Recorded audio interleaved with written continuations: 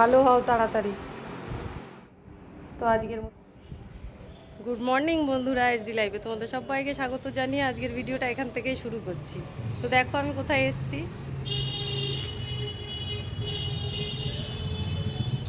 ফুল তুলতে এসেছি। দেখতে থাকো, ফুল কটা তুলে নিই, তারপরে আবার কথা বলছি তোমাদের সাথে।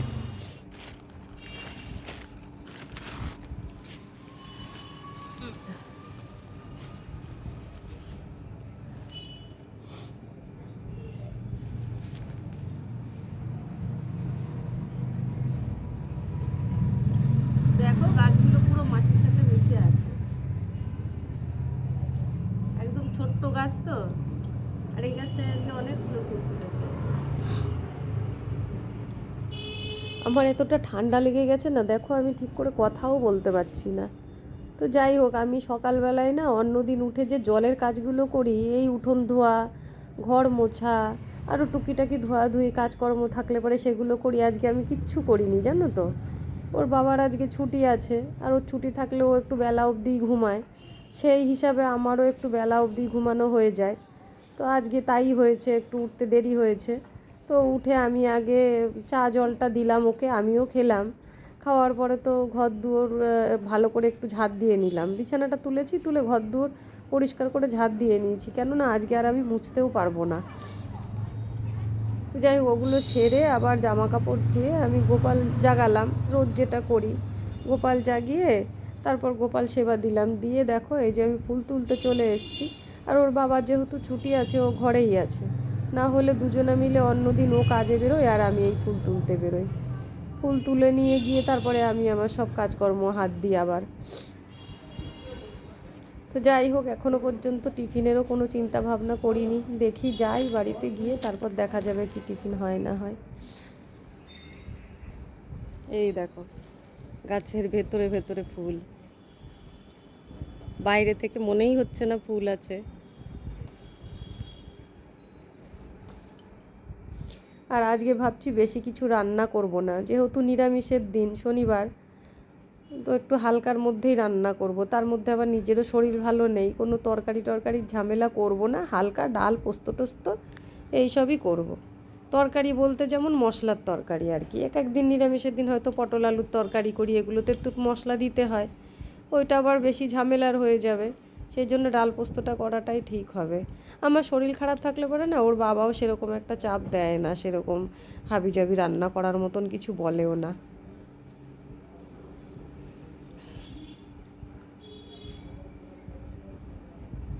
তো যাই হোক, দেখো আমার ফুলগুলো তোলা হয়ে গেল, এবার যাব বাড়ি। চলো দেখো তারপরে কি রান্না বান্না করি। তো এসে ওর বাবা একটু পরোটা আনালো, শরীরটা খারাপ দেখে ও পরোটা আনিয়ে নিয়েছিল। পরোটা দিয়ে টিফিনটা সারলাম, সেরে এই দেখো ঝিঙে আলু কেটে নিয়েছি, এটা পোস্ত করব। আর ভাতের মধ্যে উচ্ছে আর আলু সেদ্ধ দিয়ে দিয়েছি আমি। ভাতটা আমার হয়ে গেছে, এই দেখো এখানে উপর দিয়ে দিয়েছি। আর এদিকে আমার ডাল রান্না হচ্ছে।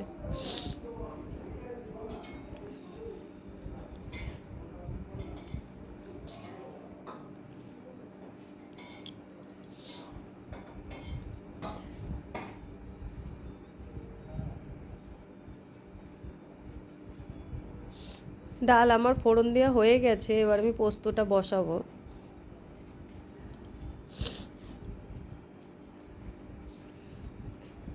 একটুখানি জিরে ফোড়ন দিয়ে দিলাম। আমার না নিরামিষের দিনের মশলাপাতিগুলো সব আলাদা রাখা থাকে।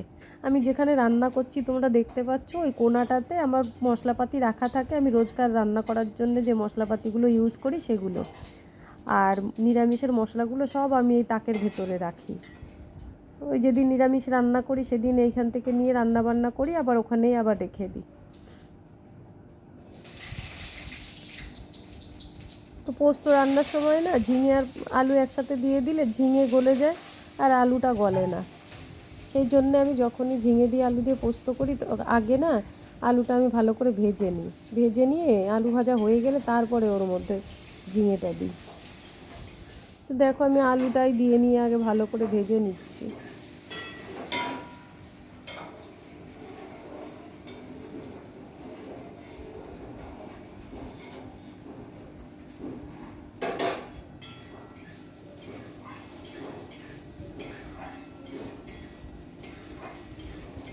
এবারে ঝিঙেগুলো দিয়ে দেবো, দিয়ে যাই হোক পোস্তটা রান্না হোক। আর তোমাদের বলেছিলাম না আমাদের কোকোর শরীর খুব খারাপ, রান্না করে তোমাদের দেখাবো ওকে। দাঁড়া কোকো, উঠতে পারছো না? উঠতে পারছো না? কি হয়েছে, কি হয়েছে? ঠিক হয়ে গেছে তাহলে ভাই, তাই তো ঠিক হয়। তোলো, তুলে দিয়ে আসো ঘরে। জোর নেই। ওঠো, আসো, আসো, আসো, আসো। এদিকে, এদিকে, ভিতরে চল, চল, ভিতরে চল, ভিতরে চল। চল, চল, চল, চল, চল। আসি। চল, চল, চল, দেখছে, যাও। চল, চল, চল, চল। আয়, যাও যাও ঘরে যাও। আছো। চল, খারাপ। আচ্ছা, চল, চল, চল, এদিকে আছো, মাথা আছে। ওই জায়গাটা ধরে টেনো না। এদিকে আছো। হ্যাঁ ওভাবে ধরো। মাথা শরীরটা পড়ে গেছে। হ্যাঁ এটা যে পড়ে যাচ্ছে। ভালো হও তাড়াতাড়ি।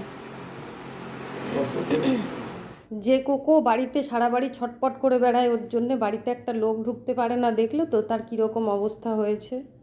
আর এইদিকে দেখো, এসে হাত পা ধুয়ে আমরা এই যে খেতে বসেছি। এই যে ডাল পোস্ত আর উচ্ছে আলু সেদ্ধ দিয়ে, তারপর আবার পরে আসছি খেয়ে নিই। দেখো বন্ধুরা, খাওয়া দাওয়ার পরে এই যে চলে এসেছি পেয়ারা কেটে নিয়ে। এমনিতে তো ঠান্ডা লেগেছে, সর্দি লেগে রয়েছে, একটুখানি মুখটা কেমন হয়ে রয়েছে, কিছু খেতে ভালো লাগছে না, তো ভাবলাম একটু পেয়ারা কেটে খেয়ে নিই। তো আজকের মতন ভিডিওটা এই পর্যন্তই। তোমাদের যদি ভালো লেগে থাকে লাইক কমেন্ট করো, আর যদি চ্যানেলে নতুন হয়ে থাকো তাহলে চ্যানেলটাকে সাবস্ক্রাইব করার অনুরোধ রইল। টাটা বন্ধুরা।